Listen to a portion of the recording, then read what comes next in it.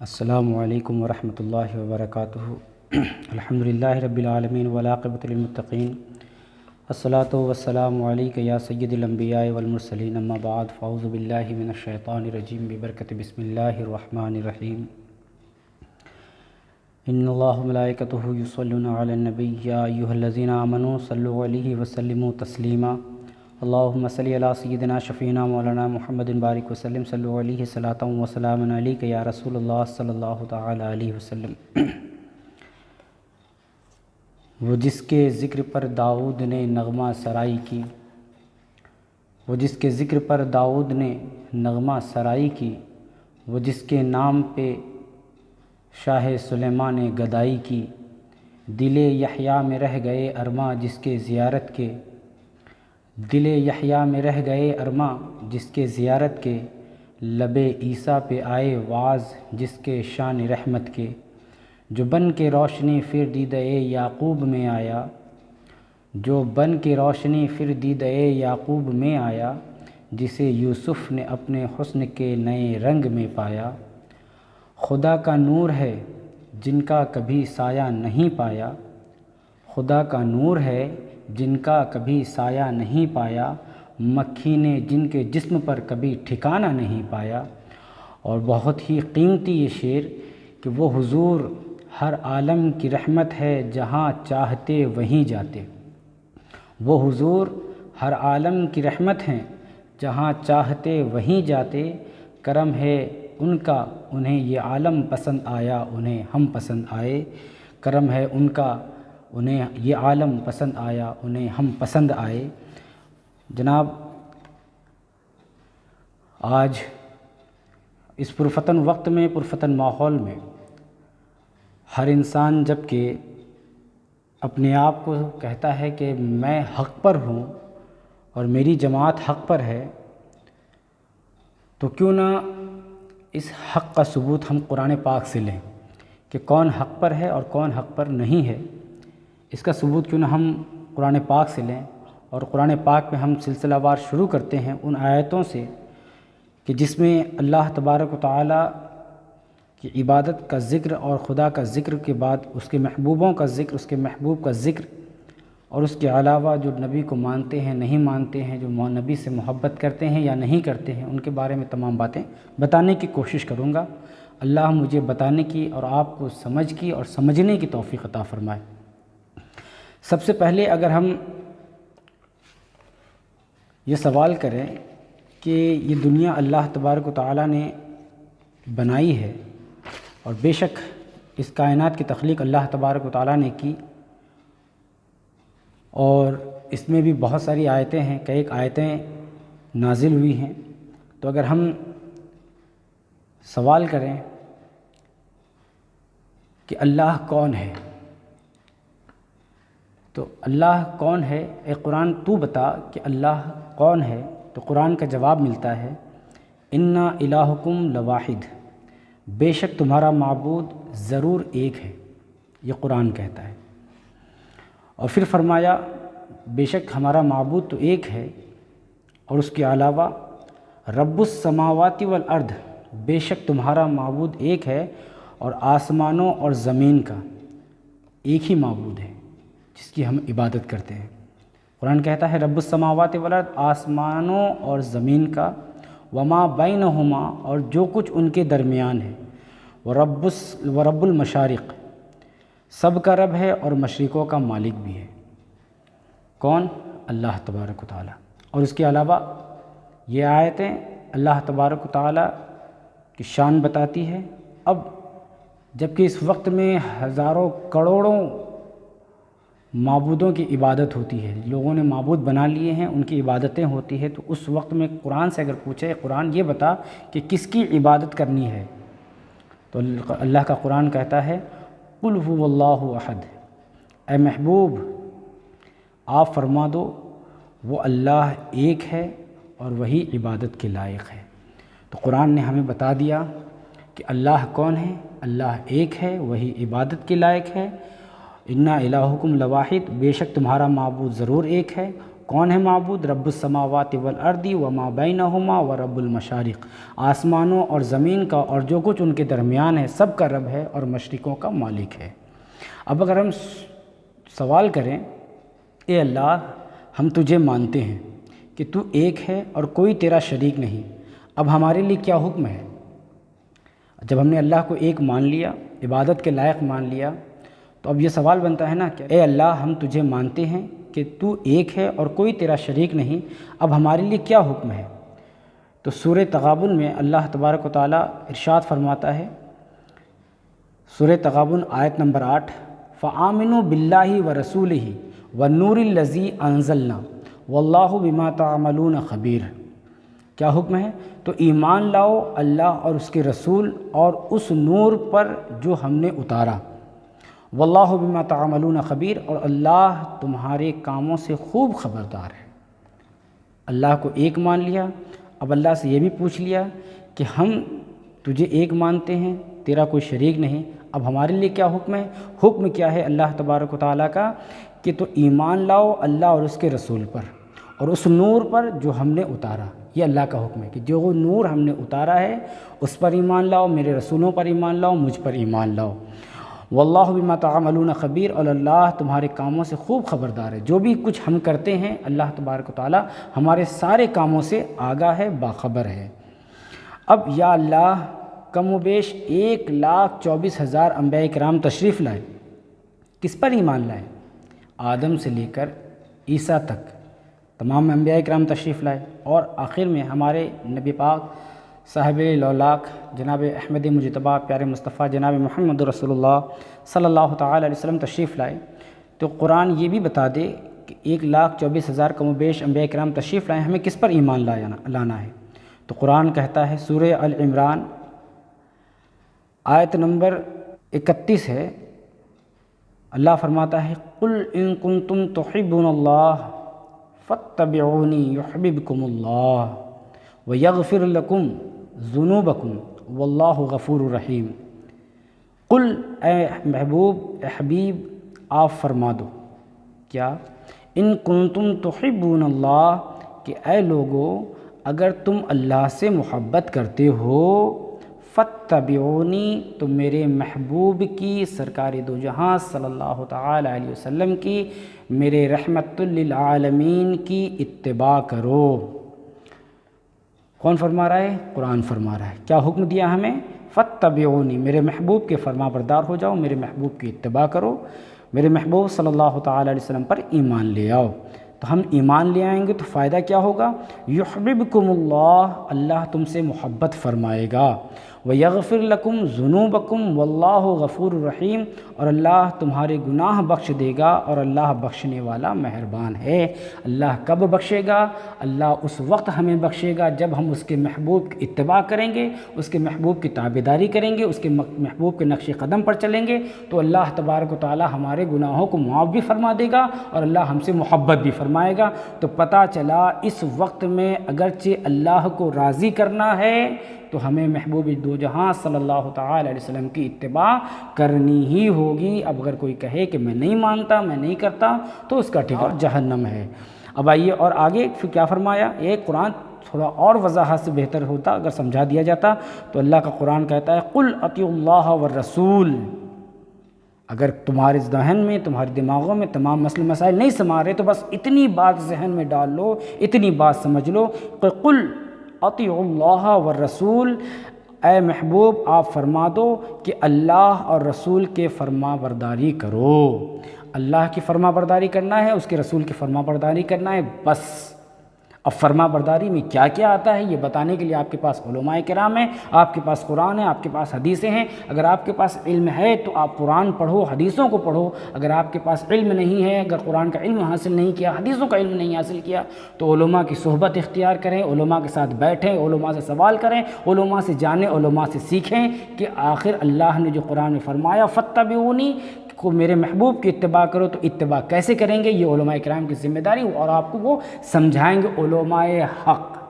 علماء حق آپ کو سمجھائیں گے کہ کیا بہتر ہے اور کیا نہیں بہتر ہے، کیا آپ کے لیے اس دنیا میں بہتر ہے اور کیا آپ کے لیے آخرت میں بہتر، یہ علماء کرام فرمائیں گے۔ اب یا اللہ اگر ہم تیرے محبوب پر ایمان لائیں تو اس مذہب کا کیا نام ہوگا؟ یہ بھی ایک سوال ہے کہ اس مذہب کا کیا نام ہوگا جس پر ہم جو تیرے محبوب پر ہی ایمان لائیں گے۔ تو سورہ آل عمران میں اللہ تبارک و تعالیٰ نے فرمایا، آیت نمبر 19، ان الدین عند اللہ الاسلام، بے شک اللہ کے نزدیک اگر کوئی دین ہے تو وہ دین صرف اسلام ہے۔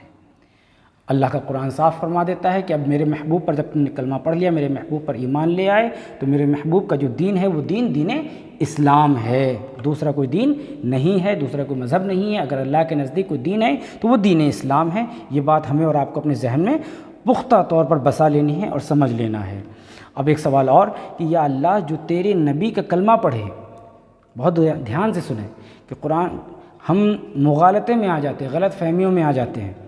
جو نبی کی شان کو گھٹاتا ہے ہم اس کی باتوں پہ عمل کرنے لگتے ہیں۔ جو ہمارے نبی کی شان کو گھٹاتا ہے، جو نبی کو برا کہتا ہے، جو میرے نبی کو معاذ اللہ کہتا ہے پیٹھ کے پیچھے کا بھی علم نہیں ہے، ہم ان لوگوں کی باتوں پر، ان کے ورگلانے پر آ جاتے ہیں۔ اب سنیے اللہ کا قرآن کیا فرماتا ہے۔ پہلے سوال کریں کہ یا اللہ جو تیرے نبی کا کلمہ پڑھے، پھر تیرے نبی کی برائی بھی کرے اور جھوٹ بھی بولے تو اسے کیا کہیں گے؟ جو تیرے نبی کا کلمہ بھی پڑھتا ہے اور تیرے نبی کی برائی بھی کرتا ہے، یعنی کہ سرکار دو جہاں صلی اللہ تعالی علیہ وسلم کی برائی بھی کرتا ہے، غیبت بھی کرتا ہے، ان کی شان کو گھٹاتا بھی ہے اور پھر جھوٹ بھی بولتا ہے، تو ایسے کو کیا کہیں گے؟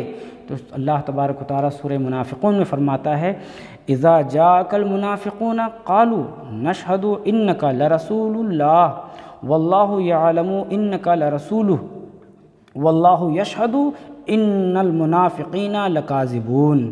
اے محبوب جب منافق تمہارے حضور حاضر ہوتے ہیں تو کہتے ہیں ہم گواہی دیتے ہیں کہ بے شک آپ یقیناً اللہ کے رسول ہیں۔ منافق کون ہے؟ منافق وہ ہے جو حضور کے سامنے تو آ کر کہتے تھے کہ ہم ایمان لائے ہیں آپ پر، مگر جب وہ اپنے لوگوں میں واپس جاتا تو وہ حضور کی شان کو گھٹاتا اور کہتا کہ ہم تو ان سے مذاق کرتے تھے، ان سے ٹھٹا کرتے ہیں، ہم ان پر ایمان تھوڑی لائے ہیں، یہ ان کا کہنا ہوتا تھا اپنے گرو گھنٹالوں میں۔ اور بے شک اللہ اور اس کے محبوب سے کچھ چھپا ہوا نہیں ہے۔ تو اللہ نے اسی کو فرمایا جب منافق تمہارے حضور حاضر ہوتے ہیں تو کہتے ہیں کہ ہم گواہی دیتے ہیں کہ بے شک آپ یقیناً اللہ کے رسول ہیں۔ تو اللہ نے اصلاح فرما دی اور اللہ نے بتا دیا، اور اللہ جانتا ہے کہ بے شک تم یقیناً اس کے رسول ہو۔ اے محبوب اللہ جانتا ہے کہ آپ اس کے سچے رسول ہیں، اور اللہ گواہی دیتا ہے واللہ یشہد ان المنافقین لکاذبون، اور اللہ گواہی دیتا ہے کہ بے شک منافق ضرور جھوٹے ہیں، منافق ضرور جھوٹے ہیں، یہ اپنے قول پہ جھوٹے ہیں۔ یہ آپ کے سامنے تو کہتے ہیں کہ ہم ایمان لائے، مگر اپنے پیچھے جب جاتے ہیں تو برائی کرتے ہیں۔ اب وہی لوگ دیکھیے کہ جو نبی کی شان کو گھٹاتے ہیں، نبی کی شان میں کہتے ہیں ان کو علم غیب نہیں ہے، ان پر سلام نہیں پڑھنا چاہیے، ان پر درود نہیں پڑھنا چاہیے، نبی معاذ اللہ مر کر مٹی میں مل گئے، نبی کو علم غیب نہیں ہے، نبی کو پیٹھ پیچھے کا علم نہیں ہے، وغیرہ وغیرہ، یہ تمام ساری باتیں کہتے ہیں اور لوگوں کو ورگلانے کی کوششیں کرتے ہیں۔ اگر ایسا ہوتا تو اللہ قرآن میں جو فرماتا ہے لا الہ الا اللہ محمد رسول اللہ، نہیں ہے کوئی معبود سوائے اللہ کے، اور محمد صلی اللہ تعالی علیہ وسلم اللہ کے بندے اور اس کے رسول ہیں، محمدً عبدہ و رسولہ، محمد اللہ کے بندے اور اس کے رسول ہیں۔ یہ کلمے کا معنی ہے، یہ ہمارا کلمہ ہے کہ جس کو ہم پڑھتے ہیں تو اس میں کہا کہ محمد اللہ کے بندے اور اس کے رسول ہیں۔ تو یہ لوگ کہتے ہیں تھے، کیوں؟ ان لوگوں کا کہنا ہوتا ہے کہ نبی تو مر کر مٹی میں مل گئے، مگر قرآن کہتا ہے کہ مر کر مٹی میں نہیں ملے بلکہ وہ زندہ ہیں، اور زندہ کا ثبوت تو یہاں سے بھی مل جاتا ہے، کیونکہ اللہ تبارک و تعالیٰ فرماتا ہے اے لوگوں جو اللہ کی راہ میں شہید کیے جائیں ان کو مردہ نہ کہو بلکہ وہ زندہ ہیں اور وہ اپنے رب کے پاس سے نعمتیں پاتے ہیں۔ جب اللہ کے راستے میں شہید ہونے والا زندہ ہے اور وہ رزق دیا جاتا ہے، تو جس نبی کے صدقے میں ان کو ایمان ملا، دین ملا، جان ملی، جب جن کو صدقے میں ملی وہ زندہ ہے، تو وہ تو بدرجہ اولا زندہ ہیں کہ جن کا صدقہ وہ پا رہے ہیں، یعنی کہ ہمارے آپ کے آقا صلی اللہ تعالی علیہ وسلم تو بدرجہ اولا زندہ ہیں، اور تمام انبیاء کرام زندہ ہیں۔ اس لیے کہ جب نبی پاک صلی اللہ تعالی علیہ وسلم معراج میں جا رہے تھے تو موسیٰ علیہ السلام کو دیکھا کہ وہ اپنے مزار مبارک میں نماز ادا کر رہے تھے، اور جب بیت المقدس پہنچے ہیں تو وہاں تمام انبیاء کرام تھے، تمام انبیاء کرام کی امامت میرے سرکار صلی اللہ تعالی علیہ وسلم نے فرمائی۔ اور ایک بات یاد رکھیں کہ جو نماز ہوتی ہے وہ نماز جسم کے ساتھ ہوتی ہے، روح پر نماز نہیں ہے، روح کے لیے نماز نہیں ہے۔ تو نبی نے جب وہاں بیت المقدس میں نماز پڑھائی تھی تمام انبیاء کرام کو، تو وہ اپنے جسم کے ساتھ بیت المقدس میں موجود تھے اور میرے سرکار نے امامت فرمائی، تو پتہ چلا کہ آدم سے لے کر عیسیٰ تک تمام پیغمبران اسلام جب وہاں موجود تھے،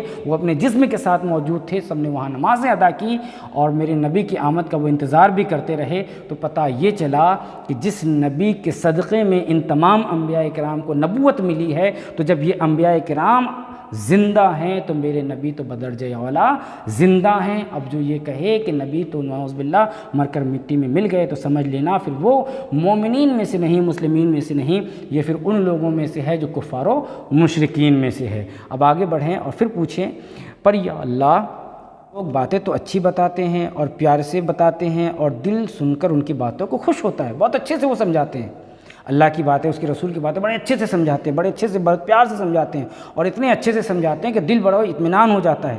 تو قرآن میں اللہ تبارک و تعالیٰ فرماتا ہے سورہ منافقون میں کہ اور جب تم انہیں دیکھتے ہو اے محبوب، جب تم انہیں دیکھتے ہو تو ان کے جسم تجھے اچھے لگتے ہیں، اور اگر وہ بات کریں تو تم ان کی بات غور سے سنتے ہو، حقیقت میں وہ ایسے ہیں جیسے وہ دیوار کے سہارے کھڑی کی ہوئی لکڑیاں ہیں، وہ ہر بلند ہونے والی آواز کو اپنے خلاف ہی سمجھ لیتے ہیں، اور محبوب وہی دشمن ہیں تو ان سے بچتے رہو۔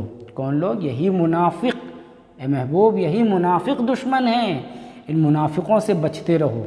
تو وہاں اللہ کے محبوب کو اور ان کے اصحابہ کرام کو بچنے کا حکم دیا، اور یہ قرآن اس وقت میں ہمیں ان لوگوں سے بچنے کا حکم دیتا ہے کہ جو نبی کی شان کو گھٹاتے ہیں، نبی کی عظمت کو گھٹاتے ہیں اور نبی کی شان میں گستاخیاں کرتے ہیں، توہین کرتے ہیں، نبی کو اپنے جیسا کہتے ہیں، نبی کو صرف بشر کہتے ہیں، نوری بشر نہیں مانتے، اور جو لوگ نبی کو نعوذ باللہ مر کر مٹی میں مل جانے والا مانتے ہیں، اللہ نے صاف فرمایا اے محبوب ایسے لوگوں سے بچتے رہو، اے صحابہ ایسے لوگوں سے بچتے رہو، اے مومنین، اے مسلمین ایسے لوگوں سے بچتے رہو، کیونکہ یہی لوگ تمہارے کھلے دشمن ہیں۔ قاتلہم اللہ انا یؤفکون، اللہ انہیں مارے، یہ کہاں اندھے جاتے ہیں، یہ کہاں اندھے جا رہے ہیں۔ تو اللہ نے صاف صاف فرما دیا۔ اب آپ سمجھ گئے ہوں گے کہ ہمیں کن سے بچنا ہے۔ اور پھر اللہ آگے فرماتا ہے قل یؤمنوا ولکن قولوا اسلمنا ولما یدخل الایمان فی قلوبکم، اے منافقوں یہ نہ کہو کہ تم ایمان لے آئے۔ اللہ قرآن سے میں منافقوں سے مخاطب کرتا ہے، ان لوگوں کو جو نبی کی شان کو، نبی کی عظمت کو گھٹاتے ہیں، اللہ ان سے مخاطب ہے اور ان کو کیا فرماتا ہے؟ اے منافقوں، قل اے منافقوں لم یؤمنوا ولکن قولوا، یہ نہ کہو کہ تم ایمان لے آئے، بلکہ یوں کہو کہ ہم نے اطاعت قبول کر لی اور ابھی تک ایمان تمہارے دلوں میں داخل نہیں ہوا ہے۔ اللہ کن سے کہہ رہا ہے؟ منافقوں سے، کہ وہ ایمان لے آئے نا، ان کا ایمان صرف منہ میں ہے، ابھی دل میں نہیں اترا ہے، کیونکہ ایمان جس کے دل میں اتر جاتا ہے پھر وہ نبی کی شان میں بغاوت نہیں کرتا، نبی کی آل سے نہیں الجھتا، نبی کے صحابہ سے نہیں الجھتا، نبی کی شان کو نہیں گھٹاتا، نبی کی عظمتوں کو نہیں گھٹاتا، نبی کو بغیر چون بغیر چرا کے وہ قبول کر لیتا، مان لیتا، اتباع کر لیتا، مگر یہ نہیں مانتے۔ تو پتہ چلا کہ وہی لوگ منافق ہیں جو رسول اللہ صلی اللہ تعالی علیہ وسلم کی عظمتوں کو گھٹاتے ہیں۔ اور پھر یا اللہ یہ منافق کون لوگ ہیں، ہم ان کو کیسے پہچانیں گے؟ یا اللہ یہ منافق کون لوگ ہیں، ان کو کیسے پہچانیں گے؟ تو اللہ پھر فرماتا ہے سورہ منافقون میں ہم الذین یقولون لا تنفقوا علی من عند رسول اللہ حتی ینفضوا، وہی ہیں، یہ کون لوگ ہیں؟ وہی لوگ ہیں جو کہتے ہیں ان پر خرچ نہ کرو جو رسول اللہ کے پاس ہیں، یعنی کہ صحابہ پر خرچ نہ کرو، صحابہ کے پاس اگر تابعین ہیں ان پر خرچ مت کرو، جو نبی کی اولادیں ہیں ان پر خرچ نہ کرو، نبی کے دوست و احباب ہیں ان پر خرچ نہ کرو، ان کے اہل و عیال پر خرچ نہ کرو، یہاں تک کہ وہ ادھر ادھر ہو جائیں، وہ پریشان ہو جائیں۔ یہ منافق کی پہچان ہے۔ 11ویں نہ کرو، 12ویں نہ کرو، غریبوں میں مت بانٹو، یہ مت کرو، ایسا مت کرو، یہ منافقوں کا طریقہ ہے، اور منافق ہی نبی کی میلاد منانے سے روکتے ہیں، نبی کی یاد منانے سے روکتے ہیں، نبی کی اہل بیت کی یاد منانے سے روکتے ہیں، چاہے وہ 11ویں شریف منانا ہو، چاہے وہ 12 ربیع الاول میں ڈیگے یا بانٹ رہا ہو، یا تحائف بانٹ رہا ہو، یا جلسہ جلوس کر رہا ہو، یا روشنی کمکمے کر رہا ہو، یا کھچڑا بنوا رہا ہو، یا وغیرہ وغیرہ جو بھی نبی کی آل سے محبت کے لیے ہم کرتے ہیں، محبت میں ہم ان کی محبت میں جو کچھ بھی ہم کرتے ہیں وہ انہی چیزوں سے۔ تو اس وقت نبی کے صحابہ تو ان کے ساتھ میں تو کہا گیا ان صحابہ پر خرچ مت کرو، جب ان پر خرچ نہیں کرو گے یہ پریشان ہو جائیں گے، اور جب یہ پریشان ہو جائیں گے تو ہماری طرف لوٹ کر آ جائیں گے، تو ان پر خرچ مت کرو، یہ پریشان ہو کر پلٹ کے پھر یہ لوگ ہماری طرف مشرک، ہماری طرف کافر ہو جائیں گے۔ مگر وہ صحابہ کرام تھے، ان کا ایمان، ان کا جذبہ کہ نبی کا دامن کسی بھی حال میں نہیں چھوڑا۔ تو اللہ اسی کو کہتا ہے اگر پہچاننا چاہتے ہو منافق کو تو منافق کو اس طرح سے پہچان لو کہ منافق کہتے ہیں، وہ کہتے ہیں کہ ان پر خرچ نہ کرو جو رسول اللہ کے پاس ہیں، جو رسول اللہ کے نزدیک ہیں، ان پر خرچ مت کرو۔ یہ منافقوں کی پہچان ہے تاکہ وہ ادھر ادھر ہو جائیں۔ تو اب یہ سمجھ لے کہ جو 11ویں کے لیے روکے، جو 12ویں کے لیے روکے، جو روشنی کے لیے روکے، جو جلوس کے لیے روکے، جو جلسوں کے لیے روکے، جو میلاد کے لیے روکے، جو مسجد کی تعمیر کے لیے روکے، جو مسجد مدرسوں کے لیے روکے، وغیرہ وغیرہ انکار خیر کے لیے، اہل بیت سے محبت کے لیے روکیں، سمجھ لینا کہ وہی لوگ منافق ہیں اور وہی جہنم کے کنڈے ہیں۔ بلکہ ایک جگہ پر ان میں کے علماء، یہ تو منافق کی پہچان ہو گئی۔ اب ہم کیا کہتے ہیں کہ منافق پر ان میں کے علماء کی ایک بڑی جماعت جو اپنے کو ہر معاملے میں بہتر بتاتے ہیں کہ ہم حق پر ہیں، ہم سچے ہیں، ایسا ہے ویسا ہے، وہ تمام طرح کی دلیلیں آپ کے سامنے پیش کرتے ہیں اور اپنے آپ کو حق پر ثابت کرتے ہیں۔ تو قرآن پاک ان کے لیے کیا فرماتا ہے؟ سوال یہ ہے اپنا کہ پر ان میں کے علماء کی ایک بڑی جماعت جو اپنے آپ کو ہر معاملے میں بہتر بتاتے ہیں اور اہل سنت کو برا اور غلط کہتے ہیں، کیا ان کے لیے قرآن پاک میں کچھ فرمایا گیا؟ تو سورہ جمعہ میں اللہ تبارک و تعالیٰ فرماتا ہے، سورہ جمعہ ہے، آیت نمبر 5 ہے، مثل الذین حملوا التوراۃ ثم لم يحملوها كمثل الحمار يحمل اسفارا بئس مثل القوم الذین کذبوا بآیات اللہ واللہ یہدی القوم الظالمین۔ اللہ نے مثال بیان فرمائی ہے، اور مثال کیا ہے؟ جن پر توریت کا بوجھ رکھا گیا، اس زمانے میں توریت کا بوجھ رکھا گیا اور اس زمانے میں قرآن کا بوجھ رکھا گیا۔ تو جن پر توریت کا بوجھ رکھا گیا، اس زمانے میں جن پر قرآن کا بوجھ رکھا گیا، پھر انہوں نے اس کا بوجھ نہ اٹھایا۔ قرآن کی آیتیں جو بتاتی تھی وہ اس کو سمجھنا ہی نہیں چاہتے تھے، یا سمجھ کر بھی نہیں سمجھنا چاہتے تھے، یا ان کی سمجھ میں ہی نہیں آتا تھا، کیونکہ انہوں نے علماء اہل سنت یا علماء حق کا دامن تو تھاما نہیں۔ یوٹیوب سے اور گوگل سے انہوں نے دین سیکھنے کی کوشش کی، اور ایسے لوگوں سے دین سیکھنے کی کوشش کی کہ جن کے پاس پہلے سے ایمان موجود نہیں تھا، جو پہلے سے منافق تھے، جو پہلے سے گمراہ تھے، ان سے دین سیکھنے کی کوشش کی۔ تو یہاں پہ اللہ نے فرمایا مثل الذین حملوا التوراۃ ثم لم يحملوها كمثل الحمار يحمل اسفارا، جن پر توریت کا بوجھ رکھا گیا، اس زمانے میں جن پر قرآن کا بوجھ رکھا گیا، پھر انہوں نے اس کا بوجھ نہ اٹھایا۔ ان لوگوں کی مثال گدھے کی مثال جیسی ہے، کمثل الحمار، ان کی مثال گدھے کی مثال ہے۔ قرآن فرما رہا ہے کمثل الحمار، ان کی مثال گدھے کی مثال جیسی ہے۔ بئس مثل القوم الذین کذبوا بآیات اللہ، جو کتابیں اٹھائے ہوئے ان لوگوں کی کیا ہی بری مثال ہے۔ یہ لوگ جو کتابیں اٹھائے ہوئے ہیں، قرآن ان کے سمجھ میں نہیں آ رہا ہے، حدیثیں ان کے سمجھ میں نہیں آ رہی، قرآن کی آیت کچھ اور بتا رہی ہے، یہ لوگوں کو کچھ اور بتا رہے ہیں، خود بھی گمراہ اور خود بھی دوسروں کو گمراہ کر رہے ہیں۔ تو قرآن نے ایسے کے لیے کیا کہا؟ یہ وہ لوگ ہیں جیسے اس زمانے میں تورات کا بوجھ وہ لوگ اٹھا نہیں پائے، تو اس زمانے میں یہی جاہل لوگ ہیں جو قرآن کا بوجھ نہیں اٹھا پا رہے ہیں، ان کی آیتوں کو، ان کے مفہوم کو نہیں سمجھ پا رہے ہیں اور الگ الگ طریقے سے بیان کر رہے ہیں۔ تو ان کی مثال اللہ نے دی کہ ان لوگوں کی مثال گدھے کی مثال جیسی ہے جو کتابوں کا بوجھ اٹھائے ہوئے ہے۔ تو اور ان لوگوں کی کیا ہی بری مثال ہے۔ اللہ نے انہیں گدھا کہا کہ جو قرآن کی آیتوں کو غلط طریقے سے بتاتے ہیں اور لوگوں کو ورگلانے کی کوشش کرتے ہیں۔ اور پھر فرمایا جنہوں نے اللہ کی آیتوں کو جھٹلایا، الذین کذبوا بآیات اللہ، جنہوں نے اللہ کی آیتوں کو جھٹلایا، واللہ لا یہدی القوم الظالمین، اور اللہ ظالم لوگوں کو ہدایت نہیں دیتا۔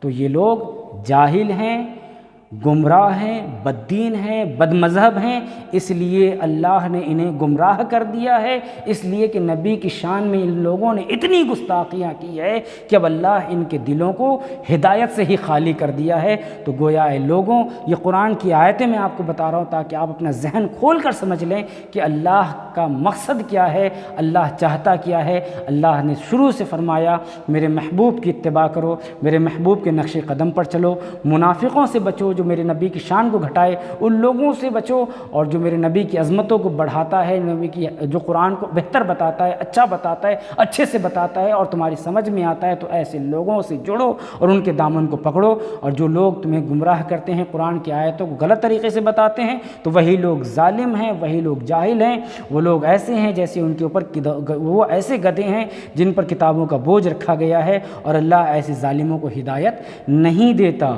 اب آگے اور چلیں۔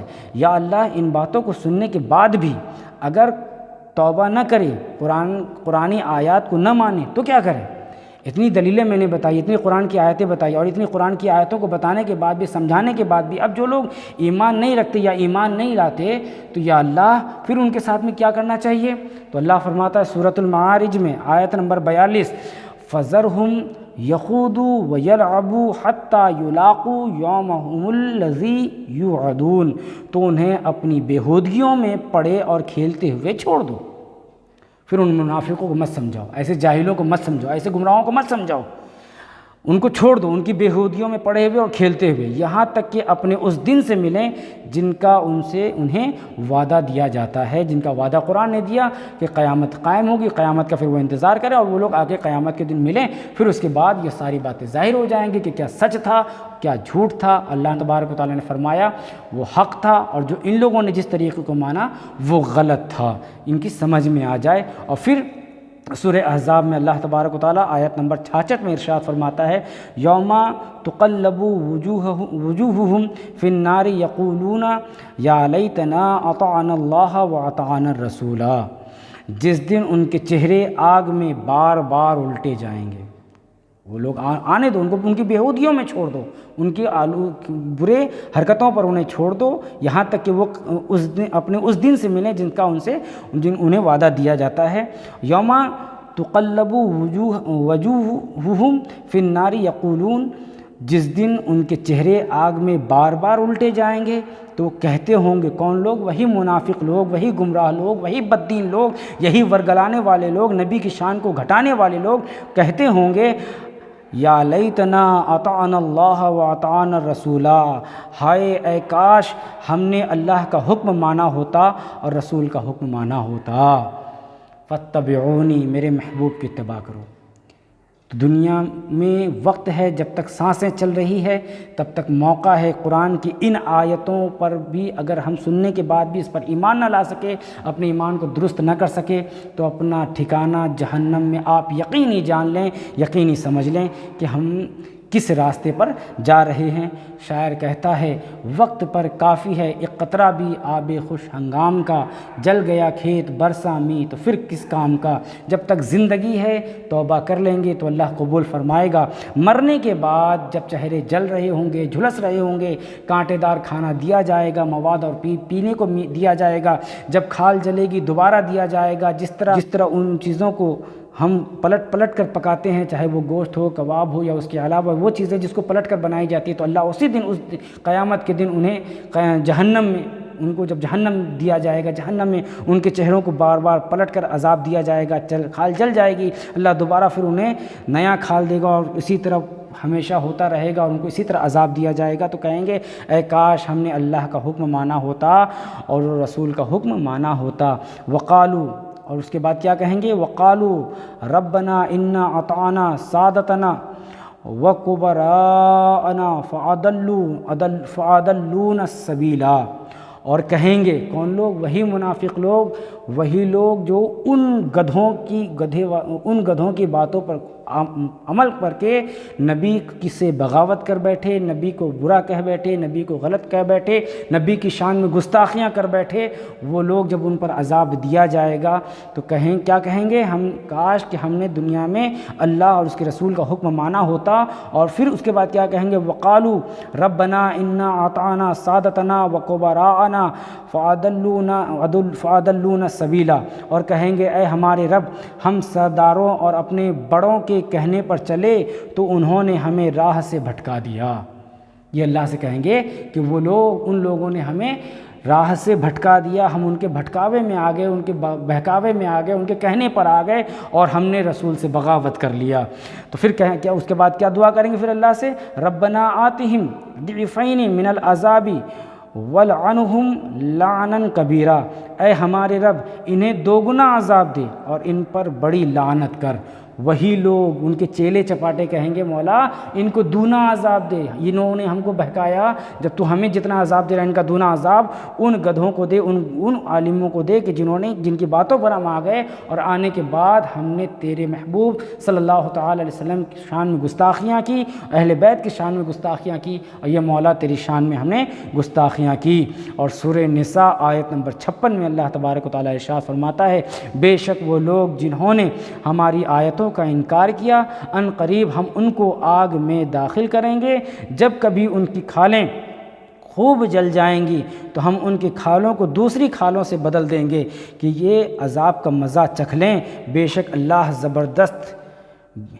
زبردست ہے حکمت والا، بے شک اللہ زبردست حکمت والا ہے۔ اور سورہ بنی اسرائیل میں اللہ تبارک و تعالیٰ نے فرمایا، کانا ذالک فی الکتاب مستورا، یہ کتاب میں لکھا ہوا ہے، یہ قرآن میں لکھا ہوا ہے، یہ اللہ کا حکم ہے۔ اور پوری آیت جو اب تک میں نے بتائی یہ قرآن میں نے آپ کو سورہ اور آیت کے ساتھ بتائی ہے، آپ اس کو لیں، پڑھیں کہ میں نے غلط بولا ہے یا صحیح بولا ہے۔ قرآن کی آیتوں میں اس کی تلفظ کی ادائیگی میں مجھ سے غلطی ہو سکتی ہے، مگر آپ اپنی طریقے سے اس کو جانچیں، پرکھیں، سمجھیں اور خود فیصلہ کریں کہ اگر آپ نبی کی بغاوت کر رہے ہیں، نبی کی شان میں گستاخیاں کر رہے ہیں، تو یہ آیتیں جو میں نے پڑھی ہیں یہ آپ کی آنکھوں کو کھول دے گا، اور اگر نہیں تو آپ کی مرضی ہے۔ اللہ فرماتا ہے دین میں سختی نہیں ہے، تم جس کو چاہو کرو، جس کی چاہو اس کی عبادت کرو، اللہ کسی کی عبادت کرنے سے آپ کو روکے گا نہیں۔ اللہ جس طرح مسلمانوں کے گھروں میں سورج کو روشن فرماتا ہے، اسی طرح کفار و مشرکین کے گھروں میں بھی روشن ہوتا ہے۔ جس طرح بارش ہوتی ہے تو وہ مسلمان کے بھی گھر گرتی ہے، وہ کافروں کے گھر بھی گرتی ہے، تمہارے یہاں بھی گرے گی، مگر اصل جو ہے وہ تو قیامت ہے، اور قیامت کے دن ہر ایک چیز ظاہر ہو جائے گی۔ کیا تم نے کیا تھا، کیا تم نے بویا تھا، جو بویا تھا وہی کاٹو گے۔ اللہ ہمیں ہدایت عطا فرمائے۔ اب اور آگے بڑھتے ہیں۔ یا اللہ تیرا محبوب ہمارے آقا ہمارے لیے کیسے ہیں؟ یا اللہ تیرے محبوب ہمارے آقا جناب محمد رسول اللہ صلی اللہ تعالی علیہ وسلم ہمارے لیے کیسے ہیں؟ اللہ فرماتا ہے سورہ توبہ میں، لقد جاءکم رسول من انفسکم عزیز علیہ ما عنتم حریص علیکم بالمؤمنین رؤوف الرحیم، بے شک تمہارے پاس تم میں سے وہ عظیم رسول تشریف لے آئے جن پر تمہارا مشقت میں پڑنا بہت بھاری گزرتا ہے، بہت گراں گزرتا ہے، کہ اگر تم تکلیف میں ہوتے ہو تو اس نبی سے رہا نہیں جاتا، اور میرے نبی نے تو محبت کہ سب سے ادنا درجہ بیان فرمایا کہ اے میرے امتی، تیرے پیر میں اگر کانٹا بھی چبھتا ہے تو درد مجھے ہوتا ہے۔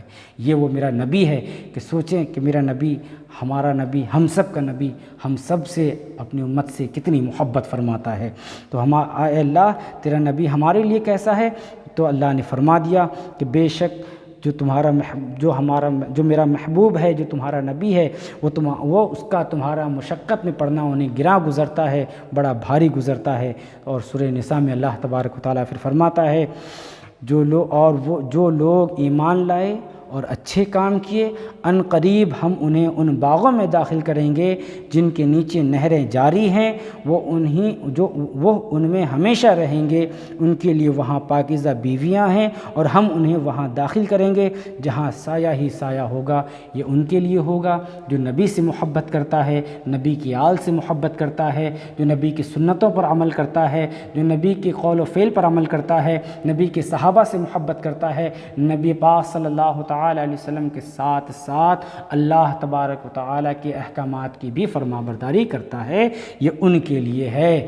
تو اب ہماری سمجھ میں بہتر طریقے سے آ گیا ہوگا کہ قرآن کے نزول کا مقصد کیا ہے اور قرآن ہمیں کیا بتاتا ہے، اور ہم کس راستے پر چل رہے ہیں، اس کا فیصلہ ہم خود کر سکتے ہیں۔ اللہ تبارک و تعالی ہمیں اور آپ کو توفیق عطا فرمائے۔ اور آگے چلیں، نبی پاک صلی اللہ تعالی وسلم ہم سے اتنی محبت فرماتے ہیں، اور اس کے علاوہ اور سنیں، سورہ ابراہیم آیت نمبر 29 میں ابراہیم علیہ السلام نے کیا فرمایا؟ فمن تبعنی فإنہ منی ومن عصانی فإنک غفور رحیم۔ کیا دعا فرماتے ہیں؟ مالک نیکوکار میرے، ابراہیم علیہ السلام نے دعا فرمائی، مالک نیکوکار میرے اور بدکار تیری رحمت کے حوالے۔ یعنی جتنے نیک لوگ ہیں، یہ جتنے نیک لوگ ہیں مولا، وہ سارے نیک لوگ میرے، اور جو بدکار ہے وہ تیری رحمت کے حوالے، کہ تو ان کو چاہے عذاب دے، چاہے تو ان کو جنت میں داخل کرے، یہ تیری رحمت کے حوالے ہے۔ اور سورہ المائدہ آیت نمبر 117 میں موسیٰ علیہ السلام نے کیا فرمایا؟ فَإِن تُعَذِّبْهُمْ فَإِنَّهُمْ عِبَادُكَ۔ مالک تو اگر ان کو عذاب دے، یہ تیرے بندے ہیں، تو جان اور تیرے بندے جانے، یہ موسیٰ علیہ السلام نے دعا فرمائی۔ مگر میرے سرکار صلی اللہ تعالی علیہ وسلم نے جب قرآن کی ان آیتوں کا نزول ہوا، ان کو ملاحظہ فرمایا، تو میرے پیارے محبوب صلی اللہ تعالی علیہ وسلم زار و قطار رونے لگے، میرے نبی پاک صلی اللہ علیہ وسلم زار و قطار رونے لگے کہ مولا ابراہیم علیہ السلام نے تو فرمایا کہ نیکوکار میرے اور بدکار تیری رحمت کے حوالے۔ موسیٰ علیہ السلام نے کہا مالک تو ان کو اگر عذاب دے تو یہ تیرے بندے ہیں، تو جان اور تیرے بندے جانے۔ مالک میری امت عذاب نہیں سہ پائے گی، میری امت عذاب نہیں سہ پائے گی، جہنم کی آگ کو برداشت نہیں کر سکے گی۔ اپنی امت کو یاد کیا اور کیا دعا فرماتے ہیں؟ اللہم امتی امتی امتی۔ نبی پاک صلی اللہ تعالی وسلم دعا فرماتے ہیں ان دونوں آیتوں کا ملاحظہ کرنے کے بعد، اللہم امتی امتی، اے اللہ میری امت میری امت، فبقہ، اور میرے سرکار رونے لگے، زار و قطار میرے سرکار صلی اللہ تعالی علیہ وسلم رونے لگے۔ اور جب روتا ہوا میرے محبوب کو دیکھا تو میرے رب نے ارشاد فرمایا، اللہ نے جبریل کو فرمایا، یا جبریل اذهب الی محمد وصل ما یبکیہ وربک عالم۔ اے جبریل جلدی جاؤ میرے محمد صلی اللہ تعالی علیہ وسلم کے پاس اور جا کر پوچھو مایوب کیے کیوں رو رہے ہیں۔ اور جبریل یہ نہ سوچنا کہ تیرا رب نہیں جانتا، وربک عالم، اور تیرا رب جانتا ہے کہ محبوب کیوں رو رہا ہے، مگر یہ ایک فارمالٹی ہے کہ جا کر جبریل جا کر پوچھو میرے محبوب سے کہ وہ کیوں رو رہے ہیں، جبکہ تیرا رب جانتا ہے کہ اس کا محبوب کیوں رو رہا ہے۔ تو اللہ تبارک و تعالیٰ کا یہ پیغام جبریل کو ملا۔ جبریل علیہ السلام حاضر ہوئے اور حاضر ہو کر عرض کرنے لگے، اے محبوب خدا صلی اللہ تعالی علیہ وسلم، آپ کیوں رو رہے ہیں اور رونے کی وجہ کیا ہے؟ تو اللہ کے محبوب صلی اللہ تعالی علیہ وسلم نے فرمایا، میں نہیں روتا، مجھے امت کا غم رلاتا ہے۔ تو جبریل علیہ السلام اللہ کی بارگاہ میں واپس گئے اور جا کر عرض کیا، اللہ تیرا محبوب اپنی امت کی یاد میں روتا ہے۔ تو اللہ تبارک و تعالیٰ نے ارشاد فرمایا، جبریل جاؤ لوٹ کر اور میرے محبوب سے کہہ دو، وَلَسَوْفَ يُعْطِيكَ رَبُّكَ فَتَرْضَىٰ، اے محبوب آپ کا رب، وہ بات سماعت فرمائیں۔ اللہ تبارک و تعالیٰ نے کتنے پیار سے فرمایا، وَلَسَوْفَ يُعْطِيكَ رَبُّكَ فَتَرْضَىٰ، آپ کا رب، اے محبوب آپ کا رب آپ کو ایسا نوازے گا کہ آپ راضی ہو جائیں گے۔ محبوب آپ کا رب آپ کو عنقریب ایسا نوازے گا کہ آپ راضی ہو جائیں گے۔ اور کیسے راضی ہوں گے؟ تو میرے نبی نے فرمایا، میں ایسے نہیں راضی ہوں گا۔ کہا محبوب اس دن آپ جیسے راضی ہوں گے ہم ویسے آپ کو راضی کریں گے۔ تو اسی کو سرکار اعلیٰ حضرت نے فرمایا، پیش حق مزدہ شفاعت کا سناتے جائیں گے، آپ روتے جائیں گے ہم کو ہنساتے جائیں گے۔ ایک حدیث پاک سماعت فرمائیں اور اپنے ایمان کو تازہ کریں۔ حضرت انس بن مالک رضی اللہ تعالیٰ عنہ سے مروی ہے کہ ایک شخص حضرت پاک صلی اللہ تعالی علیہ وسلم کے پاس آیا اور کہنے لگا، یا رسول اللہ صلی اللہ تعالی علیہ وسلم، قیامت کب قائم ہوگی؟ تو میرے سرکار صلی اللہ علیہ وسلم نے فرمایا قیامت کے بارے میں پوچھتے ہو، یہ بتاؤ تم نے قیامت کی تیاری کیا کی ہے؟ تو اس شخص آنے والے شخص نے کہا یا رسول اللہ میں نے نمازیں بہت پڑھی ہیں، میں نے روزے بہت رکھے ہیں، میں نے صدقہ و خیرات بہت کیا ہے، میں نے نیک عمل بہت کیا ہے، مگر یا رسول اللہ نہ تو مجھے اپنی نمازوں پر بھروسہ ہے، نہ مجھے اپنے روزوں پر بھروسہ ہے، نہ مجھے اپنے صدقہ و خیرات پر بھروسہ ہے۔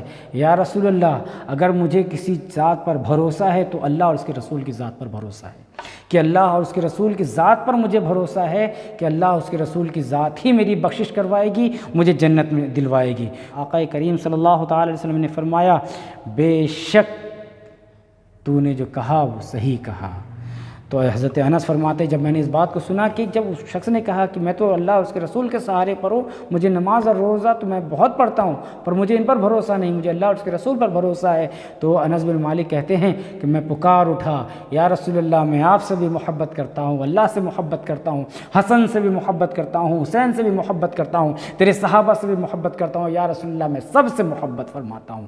تو پتہ چلا کہ نبی سے محبت اگرچہ سچی ہے تو عمل کم بھی ہے تو اللہ اس میں راضی ہو جائے گا، مگر نبی سے محبت نہیں ہے اور عبادتیں بہت ہیں تو اللہ تبارک و تعالیٰ ان عبادتوں کو اس کے منہ پر بوسیدہ کپڑے کی طرح مار دے گا، یعنی کہ اس کی کوئی بھی عبادت اللہ کی بارگاہ میں قبول نہیں ہوگی۔